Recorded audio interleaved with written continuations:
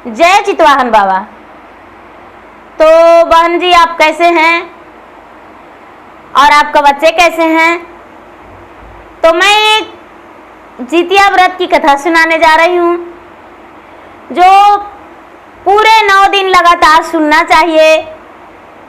जब जितिया व्रत के दिन आ जाती है तो ये कथा जरूरी सुनना चाहिए, 9 दिन लगातार सुनना चाहिए, क्योंकि ये जो जितिया व्रत है पुत्र के लंबे के आयु के लिए माँ करती है और पूरे दिन निराजल निराहार रहती है।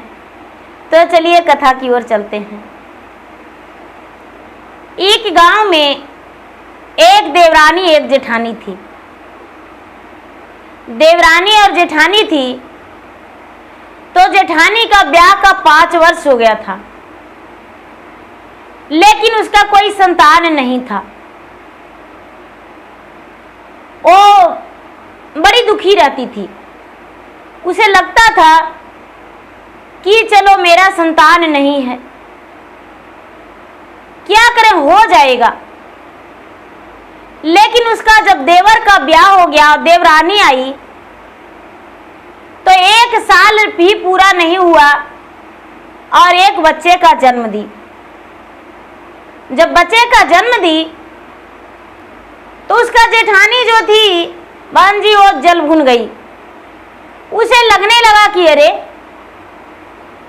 मेरा देवरानी का कैसे बच्चा हो गया और मेरा कोई बच्चा नहीं हुआ। आखिर मैंने भगवान को क्या बिगाड़ा था। अब वो बार बार कोशिश करती रही कि बच्चा को हम कैसे मार दें, बच्चा को मार देंगे तो मेरे जैसा ये भी हो जाएगी। कोई काम करती है और आके बच्चा को दूध पिलाती है, उसी बहाने 10 मिनट बैठ जाती है, कहती है मेरा बच्चा रो रहा है, हम उसको तेल लगाएंगे, मेरा बच्चा सुसु कर दिया तो उसको हम कपड़ा चेंज करेंगे। उसी में ये उलझी हुई रहती है। इसका बच्चे को तो हम अवश्य मार देंगे। धीरे धीरे समय बीतता गया और बच्चा के 2 महीना हो गया। जब 2 महीना हो गया तो आश्विन माह आया, तो सप्तमी का दिन आया, तो उसकी सास बोली कि अरे बहू हमें आज व्रत रखेंगे, जरा साफ सफाई रसोई घर में कर देना और बढ़िया से बिना लहसुन प्याज का भोजन बना देना, शुद्ध शुद्ध भोजन बनाना, कोई तामसी भोजन नहीं बनाना।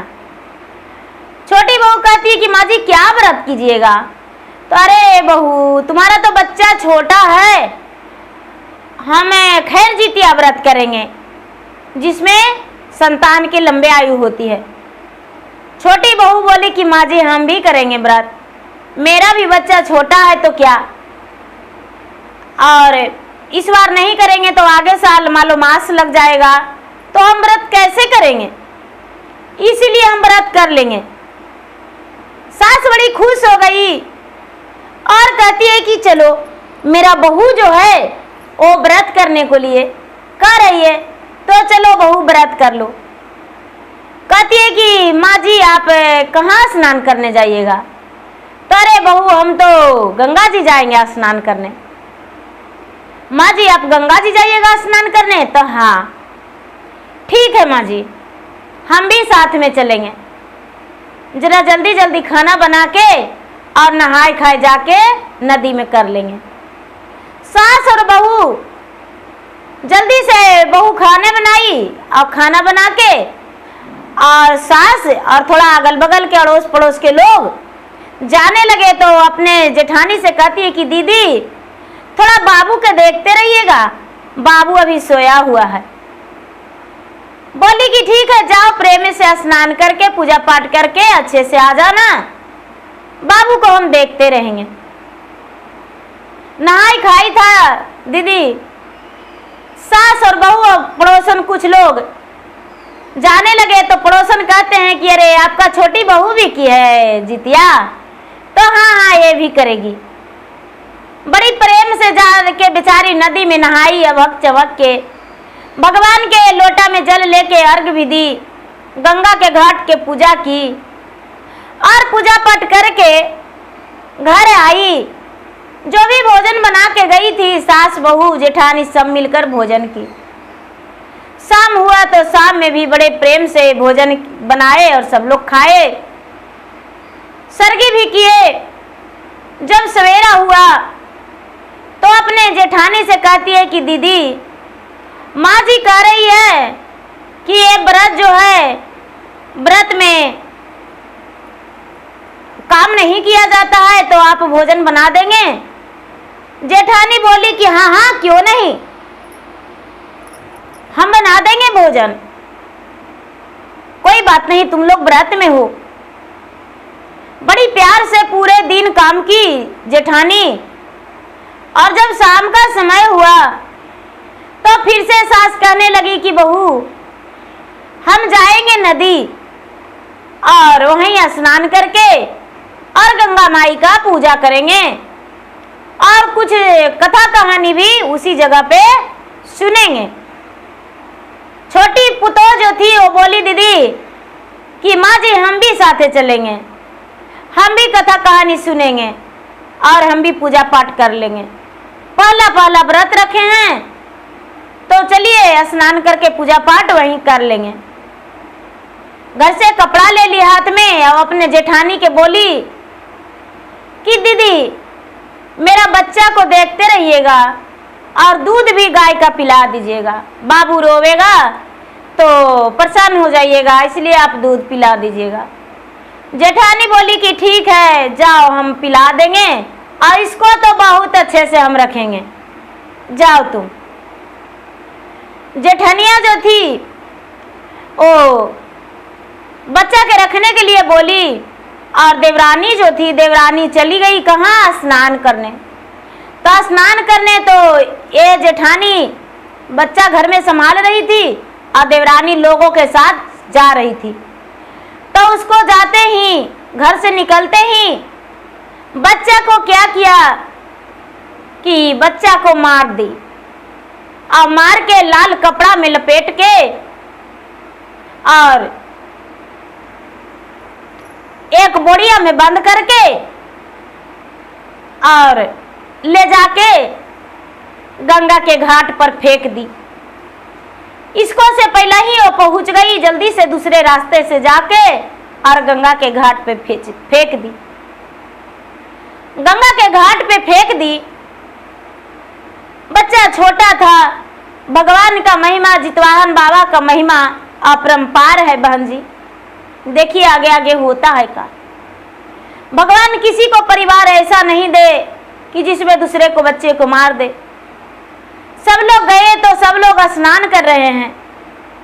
तो स्नान कर रहे हैं तो एक बहन जो थी वहां, तो उसका पाँव में बच्चा बज गया। कहता है अरे बार बार मेरा पैरवा में कुछ बज रहा है, अरे बार बार वो टेल रहे हैं, वो टेल रहे हैं, वो टेल रहे हैं।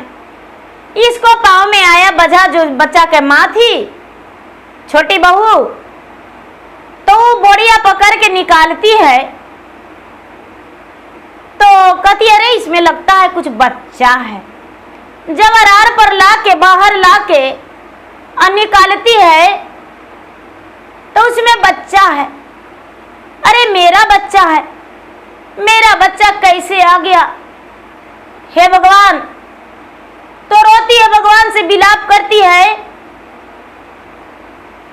कि नबही महीना जितवान बाबा कोख में सचालिए जी, बतीसो बाद दवा हम पीला बलि हो राम।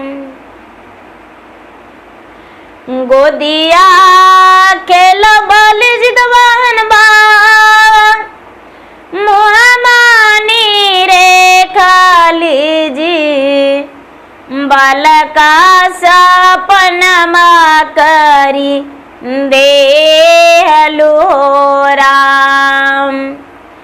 कौन दिन के हलिया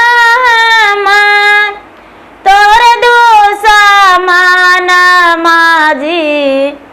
बल का सपनमा करी दे हलो राम। भगवान से कहती कि हे भगवान, मेरा एक ही बेटा था और वो भी ज्यादा दिन का नहीं, 2 ही महीना का। भगवान, आखिर मैंने कौन ऐसा गलती किया जो मेरा बच्चा इस तरह से है। बहन जी, इतना ही में एक बहना कह रही कि बहन जी मत रोइए, बच्चा के सांस चल रहा है। देखिए, वहां जितवाहन बाबा कहते हैं कि हे भगवान, हे सूर्यदेव, यदि ये बच्चा मर जाएगा तो कोई भी माँ के विश्वास टूट जाएगा हमसे। कोई भी माँ विश्वास नहीं करेगी या जित्या व्रत करना भूल जाएगी। इस बच्चा को बचाना बहुत जरूरी है। और जितवाहन बाबा उस पे सहायता हो गए, उसका प्राण लौटा दिए। बच्चा के सांस चल रहा है तो दूसरा कहते हैं कि भाई इसको पानी उनी तो नहीं पी लिया है। अरे कहाँ पी लेगा पानी, थोड़ा उसको पेट उठ दबा के देखो। लोग उसको कोशिश करने लगे तो कुछ लोग थे कहते हैं कि अरे भाई इसको दूध मुंह में दो। जब उसको माँ उसको अपना सीने से थाने से लगा के और बच्चा को दूध पिलाई दीदी, तो बच्चा घुट घुट दूध पीने लगा। और जब दूध पीने लगा तो आंख बच्चा खोल दिया। मां के कलेजा चौड़ा हो गया। सभी लोग जय जयकारी मनाए कि हे जितवाहन बाबा, आप में तो बहुत शक्ति है, मरे हुए बच्चा को जीवित कर दिए। और पूजा पाठ बेचारी प्रेम से घाट के करके पूजा पाठ करके गीत भजन कथा कहानी सब कुछ हुआ दीदी, और सब कुछ सब कोई सुने सुनाए वहां। और उसके बाद जब घर गए तो ये बेचारी अपना गोद में बच्चा ली हुई, और शाम हो गया, थोड़ा अंधियाला हो गया, नदी दूर पड़ता था, अंधियाला हो गया तो अपने जेठानी को दरवाजा खोलाती है कि दीदी दरवाजा खोल दीजिए, दीदी दरवाजा खोल दीजिए। तो दरवाजा कहाँ खोलेगी, जेठानी तो अपना कमरा में बंद होके और चुपचाप खुशी के मारे सोई हुई है कि चलो आज हम जैसा थे वैसा ही उसको भी कर दिए। मेरा बच्चा नहीं था तो उसका बच्चा को भी मार दिए। आवाज बाहर से सुन रही है दीदी, लेकिन नहीं बोल रही है कि हाँ केवाड़ी खोलेंगे। बहुत लोग आवाज दिए लेकिन नहीं खोली कबाड़ी। इतना ही में उसका पति भी आ गए, उसका जेठ भी आ गए, उसका ससुर भी आ गए। कहते कि अरे अंदर से दरवाजा बंद है, शाम का समय है, क्या बात है जो बंद है दरवाजा। उसका जो पति थे वो क्या किए कि खपड़ा का घर था, उस पे चढ़ के आंगन में कूद गए। कूद के और देखते हैं कि वो तो अंदर कमरा में बंद होके और अपने आप हंस रही है। नहीं उसका जेठ के इस बारे में पता था, नहीं देवर का और नहीं ससुर का। सास जान रही थी और वो तो बेचारी उसका बच्चा था तो जान ही रही थी। गांव वाले भी कुछ लोग जान रहे थे, कुछ लोग का जो साथ में थे वो सब जान रहे थे। और जब घर सब स्नान करके आए तो पूरा लोग जान गए गांव का। कहते हैं कि भाभी बाहर उन लोग खड़ा है और आप अंदर हंस रहे हैं, कौन है कमरा में। फिर भी नहीं बोली है, बाहर से दरवाजा अंदर वाला खोल दिए और जो बाहर लोग खड़े थे अंदर आ गए। जब अंदर आ गए तो बच्चा का रोने का आवाज, जो बच्चा आंगन में आया तो भगवान का महिमा, जितवाहन बाबा का महिमा अपरंपार है। यदि अपरंपार नहीं होता बहन जी तो करोड़ों लोग, करोड़ नहीं करोड़ों लोग जित्या व्रत नहीं करते। जित्या तो वे अंदर से सोचती है कि अरे उसका बचवा को हम मार दिए हैं, फिर भी बच्चा रो रहा है, कहाँ कैसे रो रहा है। दरवाजा खोली और और कहती है कि अरे तुम बच्चा के लेके गई थी, हम घर में खोज रहे थे कि बाबू कहाँ है, लौट के आके लेके चल गई थी। बेचारी देवरनिया तो सारी राज जानी, बेचारी का तो विपत पड़ गया था, लेकिन भगवान उसको प्राण को लौटा दिए बच्चा को। कहती है कि हाँ दीदी, हमको लगा कि आप खाना वाना बनाने में व्यस्त हो जाइएगा, इसीलिए हम बच्चा को लेकर गए थे। उसके जेठानी और उसके पति, उसके ससुर कहते हैं कि अरे इतना छोटा बच्चा के गंगा के घाट पर लेके गए थे, इसको रखने वाली नहीं थी। नहीं भैया, लेकर गए थे, क्या होगा, छोटा बच्चा था, मुंह सूख जाता। तो सास कहती है कि कते छल कैला पुतहु, कते बुधिरा चल से बाबुआ के मारी गंगा में दहा बलु राम, के पुतहु बाबुआ के मारी गंगा में दहा बलु राम। वो तो कहती है, सारा लोग चौंक रहे हैं, अरे ऐसे क्या बोलती हो माँ? अरे बेटा, जाके अपना पत्नी से पूछो बच्चे के साथ क्या किया था, अब तो उसका हक्के बक्के बंद हो गया। उसका पति कहते हैं कि सच बताओ क्या बात था। कहती है कि देखिए, जब ये बच्चा के दूध पिलाती थी तो हमको जलन होता था, जब ये तेल लगाती थी तो हमको जलन होता था।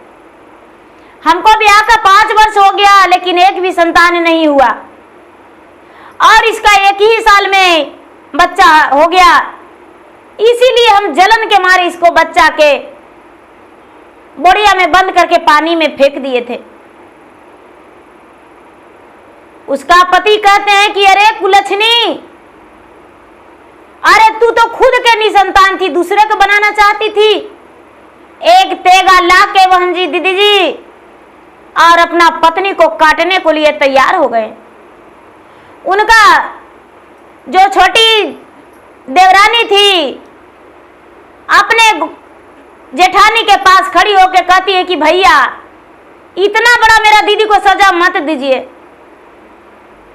गलती हो गया है इंसान से, लेकिन अब दीदी मेरा गलती नहीं करेंगे। जेठानिया अपने देवरनिया के पांव पे गिर के कहती है कि मुझसे गलती हो गया बहन, हम कैसा निर्दयी और कसाई थे कि हम तुम्हारा बच्चा को मार दिए, और तूने मेरा ही जान बचा ली। मेरे ही पति मार रहे थे, लेकिन तूने मेरा जान बचा ली। बहन, मुझे माफ कर दो, और मुझे भी कुछ ऐसा कहो कि मैं भी संतान वाली हो जाऊं। बेचारी जेठानी थी, वो कहती है कि दीदी, भगवान के पूजा पाठ कीजिए, और जब जितिया व्रत का दिन आए तो आप भी नियम धर्म से व्रत कीजिए, जल में खड़ा रहिए भगवान के ध्यान लगा के, आप पे जरूर भगवान विचार करेंगे। जब दोबारा व्रत आया तो जेठानी भी व्रत की, 2 वर्ष 3 वर्ष लगातार व्रत की, तो भगवान उसे भी संतान दिए, वो भी माँ बन गई और वो भी व्रत करने लगी। उसे भी जलस सब खत्म हो गया, किसी को देखकर वो जलने नहीं लगी, अच्छे से रहने लगी। तो बहन जी, दूसरे को संतान को देखकर दुखी नहीं होना चाहिए। यदि संतान नहीं है तो भगवान से विनती कीजिए, प्रार्थना कीजिए कि हे भगवान, हमें भी एक छोटा बच्चा दे दीजिए, और हम भी माँ बनने का शुभ अवसर पाएं, अपने बच्चे का गोद में लेकर बैठें।